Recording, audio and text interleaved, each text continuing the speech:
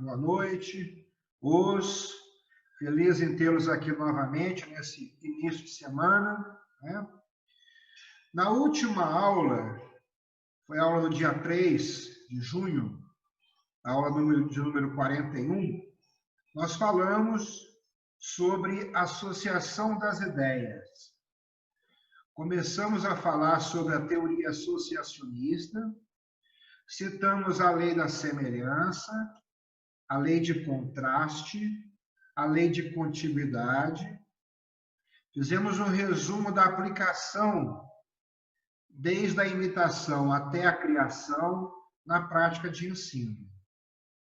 Hoje, a gente vai falar sobre a organização e a sistematização, associações e associacionismo, e o primado no todo.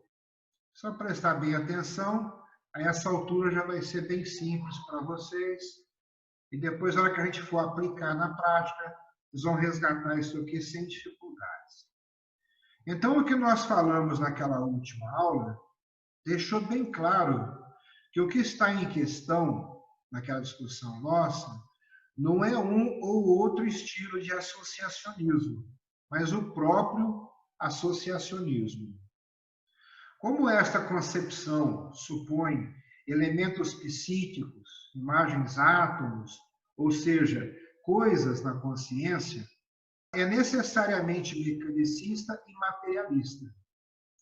Se então o mecanismo não tem lugar na consciência, é necessário renunciar ao associacionismo. É necessário explicar os fatos tão numerosos da associação, ou seja, da apresentação global e sintética à consciência, ao chamado de uma parte do complexo. E tudo isso se explica com exclusão de todo o encadeamento mecânico de imagens pelas leis da organização e da sistematização, que é o que a gente vai falar agora. Tá? A organização é a própria forma de percepção que vai espontaneamente aos objetos e subordina a estes a apreensão dos elementos. Este processo é tão evidente que toda percepção distinta de elementos implica referência destes elementos aos objetos ou às coisas nas quais é possível de se inserir. Em outras palavras, é o todo que é apreendido na parte.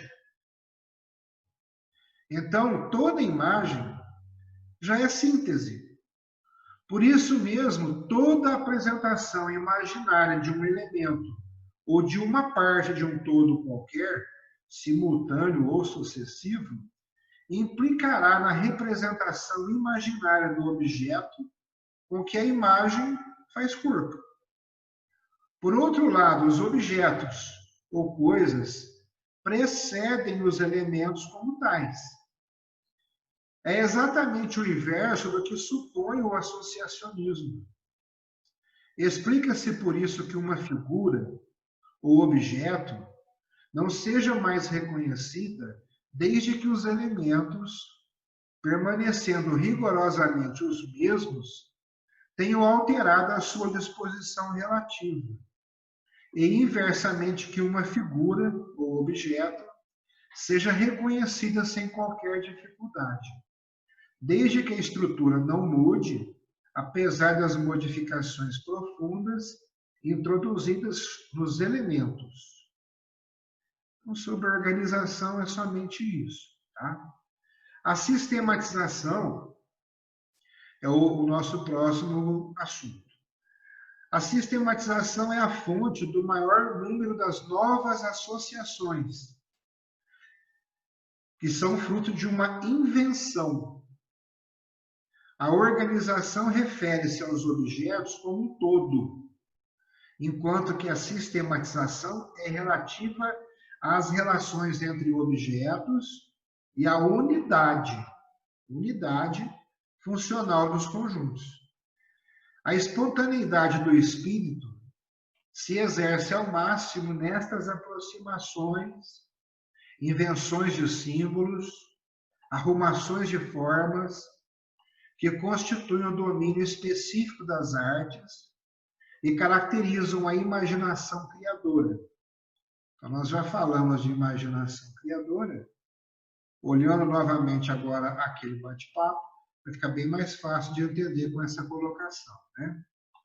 Os associacionistas não se enganaram ao estender até este ponto o campo da associação, uma vez que as partes e as ciências lhes são tributárias. O seu erro foi querer explicar mecanicamente esta exploração espontânea de semelhanças e de contrastes. O que opera aqui é o poder de sistematização do espírito. Então, na realidade, estamos trabalhando com 3 termos apenas, né? Vamos falar um pouquinho sobre as associações de fato. Faltaria explicar ainda como e por que tais sistematizações ou tais grupos são de fato representados na consciência. A explicação está, ao mesmo tempo, nas circunstâncias concretas da atividade individual e no fator de interesse. Por isso que a gente começa sempre pela atenção, né? De uma parte, os tipos de imaginação dirigem outros tantos tipos diferentes de sistematização. De outra parte, as tendências instintivas ou habituais, as necessidades, a direção atual do interesse, as impressões afetivas, tudo isso nos conduz, muitas vezes, sem que se tome consciência clara, na massa de nossos objetos familiares, redes de ligações mais ou menos complexas e extensas, e quando esses grupos se formam, a recorrer ora a uns, ora aos outros, com uma espontaneidade que imita o automatismo, mas que exprime, na verdade, a liberdade de uma imaginação que, longe de lhes estar submetida, domina a ação das imagens. Então, esse automatismo e a criação aqui, a gente já falou um pouquinho, né? Algumas pessoas na história das artes marciais já se manifestaram bastante aqui em cima. O exemplo mais próximo aí, mais conhecido, que todo o pessoal possivelmente já percebeu, seria o do Bruce Lee, né? Ele fala muito nessa criatividade, nesse fluir, e aqui então a gente percebe com clareza isso. Vamos falar agora um pouquinho sobre associação e associacionismo. E aí a gente tem que começar pela teoria mecânica da associação. Reconhecer a realidade dos fatos de associação espontânea não equivale de forma alguma a admitir o associacionismo. Essa teoria foi sustentada no século XVIII por David Hume, no século XIX pelos filósofos empiristas e materialistas, né? James, Stuart Mill, Bain, Tard, Spencer, e que consiste em explicar toda a vida psicológica pelo jogo das associações. Ou seja, segundo essa teoria, pela ação das imagens átomos, ligam-se entre si mecanicamente. Nesta concepção, toda a vida psíquica seria dominada pela lei da inércia. Essa lei da inércia é a primeira lei de Newton, né? Tá? Mas como acabamos de ver, é o contrário que impõe a experiência. Tudo depende, no fim das contas, da atividade do espírito e de sua espontaneidade criadora. Por isso que é muito importante a gente sair da fase de imitação e passarmos à fase de criação.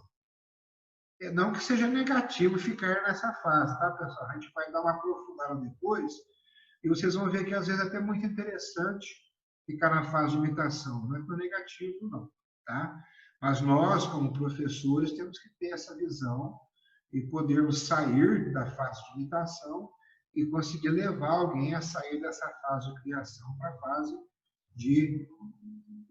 da fase de imitação para a fase de criação, ok? Essa conclusão anterior se impõe porque já foi demonstrado que não existe evocação das imagens umas pelas outras, mas sim a apreensão do todo no elemento e do conjunto na parte, que fica meio absurdo realmente, né? Não são, portanto, as imagens que se determinam mutuamente por um jogo mecânico, mas apenas a percepção ou a imaginação que se exerce segundo suas próprias exigências, conformes, por sua vez, as exigências do real, que é feito de sistemas, de estruturas e de formas, e não de coisas independentes e de elementos distintos e livres.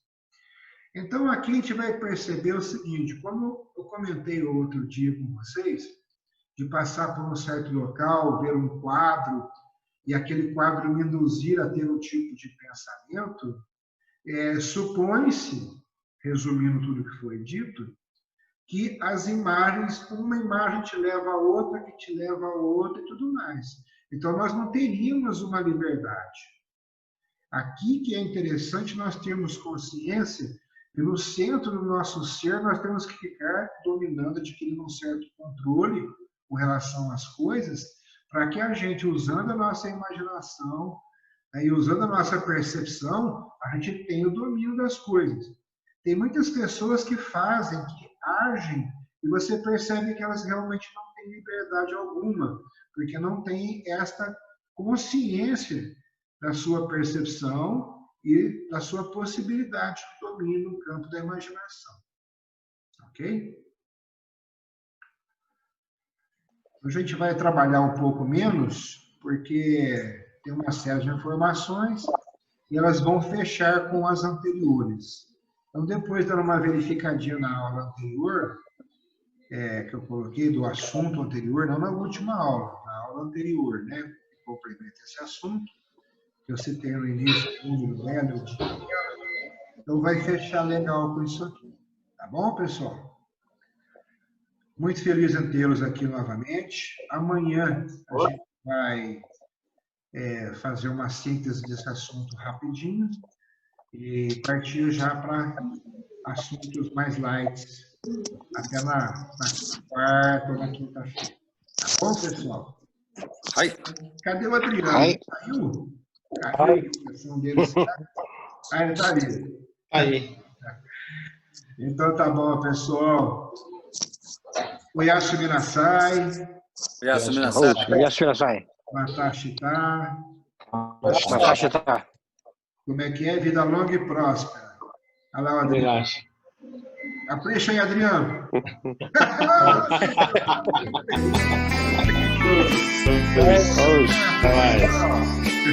Vai, pessoal. Boa noite, pessoal. Tchau, tchau.